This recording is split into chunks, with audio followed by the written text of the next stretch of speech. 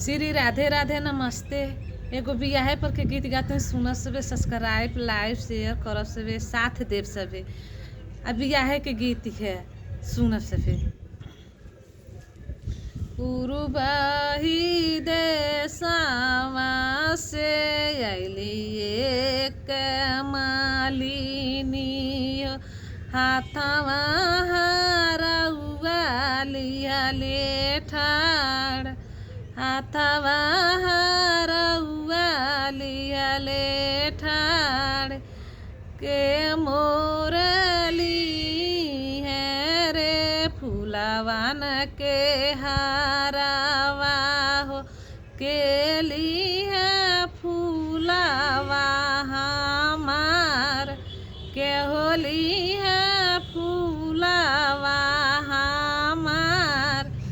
अपने महलिया से बोल बाबू दूल्हा हो, हम लेबे मलबा तुहर मोल, हम लेबे मलबा तुहर मोल।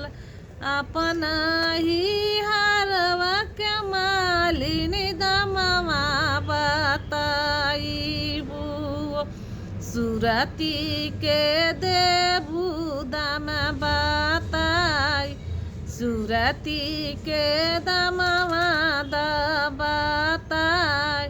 हरवा बिके लाय राजवा रुपया से टाका हो, सुरती बिके ले आना मोल, सुरती बिके ले आना मोल।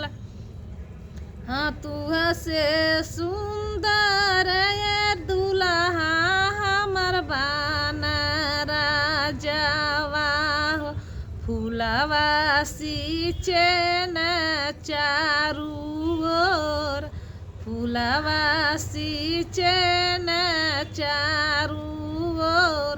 तुहरे ऐसन ये दूल्हा नहीं हमके चाही हो, हमारा दूल्हा जैसे श्री राम, हमारा दूल्हा जैसे श्री राम।